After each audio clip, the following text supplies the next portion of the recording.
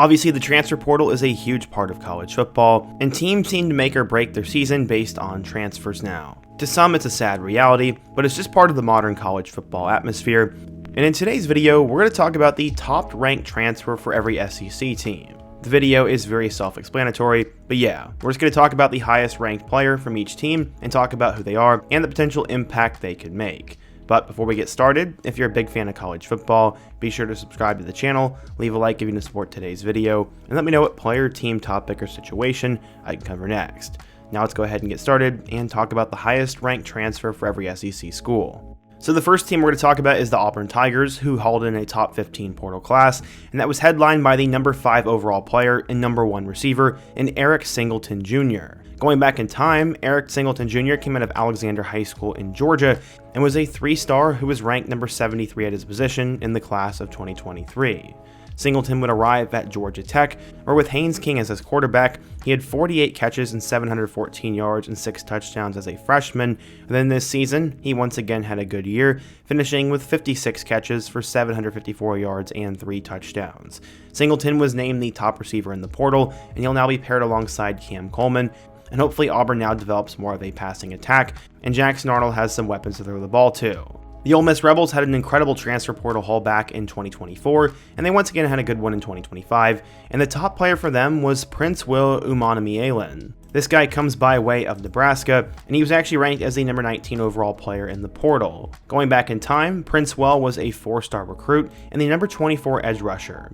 He went to Manor High School, which is located in Texas, and ended up at Nebraska, and in his last 2 years, he had about 35 tackles, 1 pass deflection, 1.5 sacks, and was just starting to get going. He's got great measurables, has shown flash, and will hopefully be developed at Ole Miss, but I also think he's a little bit overrated too, but still, this was a good pickup for Ole Miss. The Kentucky Wildcats lost a couple of key players to the portal, but luckily they grabbed the number 26 overall player in David Gusta. He was a 4-star defensive lineman transfer, and going back in time, he was never really supposed to be here, as coming out of Cajon High School in San Bernardino, California, Gusta was only a 3-star recruit and barely inside the top 1,300 players in the class of 2021.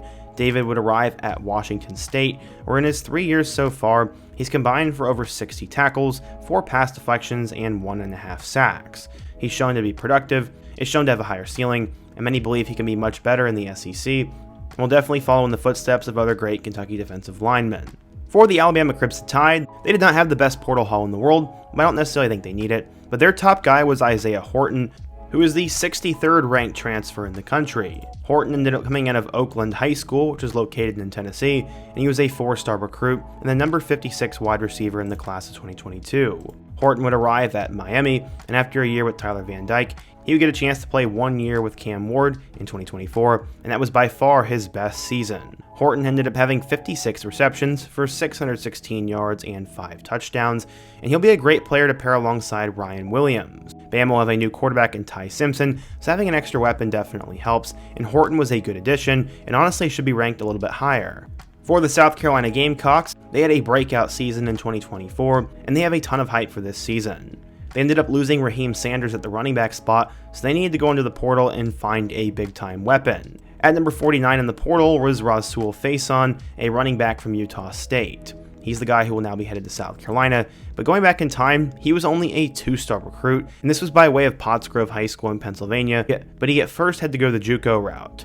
He's had a pretty crazy story, and last year Faison ended up rushing for 1,109 yards and 8 touchdowns, and that built upon a 2023 season in which he had about 736 yards and 5 touchdowns. He brings nearly 2,000 all-purpose yards in South Carolina and should immediately take over as running back 1 and be another big-time weapon for the Gamecocks and someone who has NFL draft type for 2026. The Georgia Bulldogs donated a lot of players to the transfer portal, as there are so many guys who've gone on to become stars at other schools, but this time they finally grabbed a big name, and that is Zachariah Branch. He was ranked number 13 in this year's transfer portal class, and at one point he was a 5-star recruit, as he went to the prestigious Bishop Gorman High School in Las Vegas and was the number 1 wide receiver in the class of 2023. Branch has been hyped up for quite some time, but in his first 2 years at USC, he was a tad bit underwhelming. He had 31 catches for 320 yards and 2 touchdowns as a freshman, then this past season had 47 catches for 503 yards and 1 touchdown. Instead of catching passes from Jaden Mayava, Branch has decided to transfer across the country and will now play for Georgia. They lost some of their top guys, including Dominic Lovett, so Branch is honestly favored to be the #1 wide receiver for Georgia this year, and hopefully in a better system with a better quarterback, Branch will be able to explode, become an 1,000-yard receiver, and be a first-round draft pick. He's one of the most athletic receivers we have ever seen, and I want to see him live up to his full potential, and I think Georgia can help him out there. Up next, the Tennessee Volunteers gave the #1 overall player to the portal in Nico Imaliava, but you have to scroll down all the way to number 190 before you find their highest rated transfer. That is interior offensive lineman Sam Pendleton, and he will come to Rocky Top by way of Notre Dame. Sam Pendleton was a low-ranking 4-star in the class of 2023, and he came out of Reagan High School in North Carolina. Obviously, he has not played a ton for Notre Dame, but he'll transfer to Tennessee and hopefully get a chance to start in the next year or so. For the LSU Tigers, you did not have to scroll very far, as the #7 ranked player in the entire portal was Patrick Payton, an edge rusher from Florida State, and he'll be now going to Baton Rouge. Patrick Payton ended up going to Northwestern High School in Miami, Florida, and at 6'5", he had both the physical traits and the stat line to make him a blue-chip recruit, and he was ranked as the #38 linebacker in the class of 2021. Payton has now played 3 seasons of college football, and this guy has been dominant. He's had over 100 tackles, 12 pass deflections, 16 sacks, and 3 forced fumbles. Payton has been extremely disruptive as a player, has shown he can pretty much do everything, and is honestly one of the most exciting players as well. LSU needs more of that on their defense, as last season they were a little bit flat, and Payton is definitely a humongous addition and has insane NFL draft type as well. Great pickup for the Tigers. Staying in the SEC West, or at least the former SEC West, we need to talk about Texas A&M. And number 18 in the 2025 transfer portal was a receiver by the name of KC Conception, and he came by way of NC State. The number 18 player in the transfer portal did not originally start out as a big-time name, as coming out of Chambers High School in North Carolina, he was barely ranked inside the top 600 recruits and was only a 3-star, ranked number 82 at his position.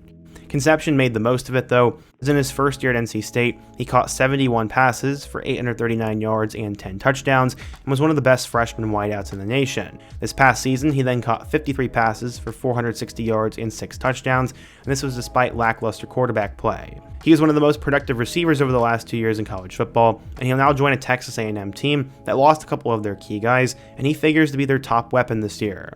Marcel Reed is happy to have him, and Aggies fans think he definitely is NFL draft type as well. This will be a win-or-go-home kind of year for head coach Sam Pittman at Arkansas, as he desperately needs to get some more talent in Fayetteville and get the Razorbacks going. Luckily, they picked up the number 73 player in this year's transfer portal as they grabbed Julian Neal, a 4-star corner. Julian Neal was never really supposed to be here, as coming out of Mission High School in San Francisco, he was the number 1,608th best player in the class of 2021 and the number 128th athlete. He would originally actually start his career at Fresno State, where in his first 3 years there, he became one of the better players in the Mountain West, with this past season him finishing with 35 tackles, 5 pass deflections, and a sack to go alongside 2 interceptions. 24/7 Sports also has him listed transferring to Stanford, so I'm not sure what's going on there, so maybe he originally went there and then flipped to Arkansas, but he's listed on the Arkansas roster.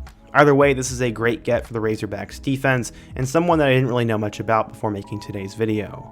The Texas Longhorns have become one of the best programs at producing big-time talent, and they don't need the transfer portal as much as they used to. Coming in at number 56, they grabbed defensive lineman Murad Watson, who came to Texas by way of Syracuse. Going back in time, Murad Watson went to Irvington High School in New Jersey and was ranked as the number 1,212th best player in the class of 2024. He'd make an impact as a true freshman, and Fran Brown found a hidden gem. He'd finished with 30 total tackles, 1 pass deflection, and 1 sack, and based on that potential alone, he became a top 100 transfer and is now headed to Texas. The Longhorns have done a tremendous job with the defensive line, and Murad Watson can be one of their next great projects, who turns into a first-round pick down the road. The Missouri Tigers have been recruiting really well under Elijah Drinkwitz, but I did not expect them to get the number 3 overall player in the transfer portal. Elijah Drinkwitz has done a tremendous job in that department, and they grabbed Damon Wilson II, an edge rusher from Georgia, and as I said, he's ranked number 3 in the country. Going back in time, Damon Wilson was one of the top players in the class of 2023, as he was actually a 5-star recruit and the number 3 edge rusher.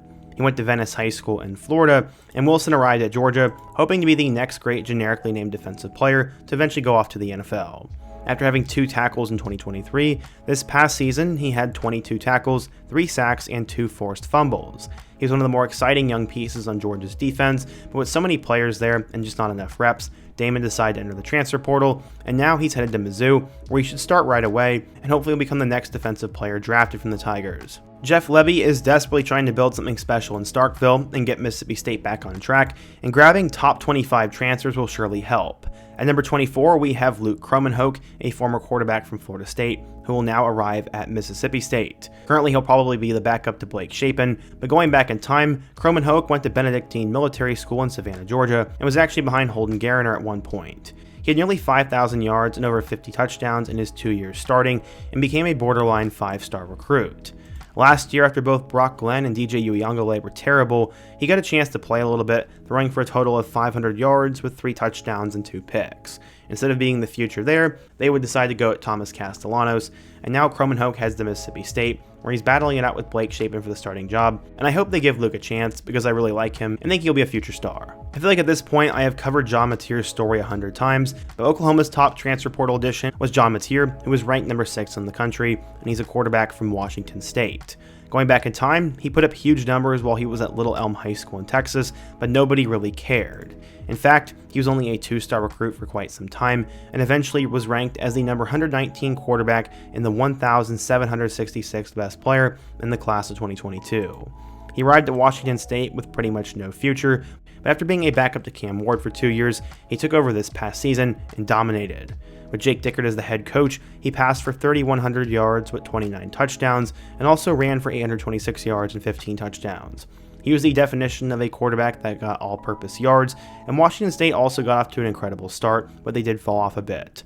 Mateer followed his offensive coordinator Ben Arbuckle to Oklahoma, and now those two should have one of the best offenses in the SEC, and Mateer has NFL and Heisman buzz.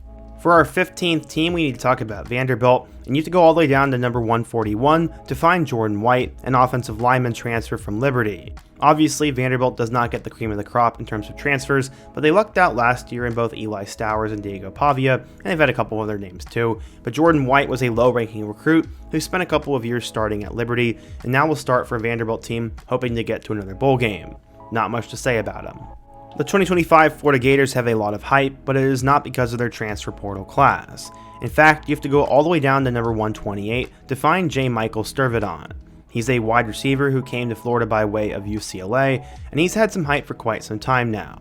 Coming out of Marcus High School in Flower Mound, Texas, J. Michael Sturvedon was a 4-star recruit in the class of 2021 and was actually the number 24 wideout overall. He had originally started his career out at Cal, but after just one season there, he would decide to transfer. I mean, he was pretty dang good in his one season at Cal, catching 65 passes for 755 yards and 7 touchdowns.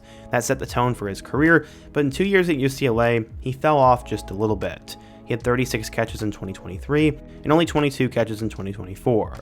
He combined for 6 touchdowns and about 1,000 yards in 2 years in Brentwood, and now he'll go to Florida, and he'll look to replace Chimere Dike as the number 1 wideout for the Gators.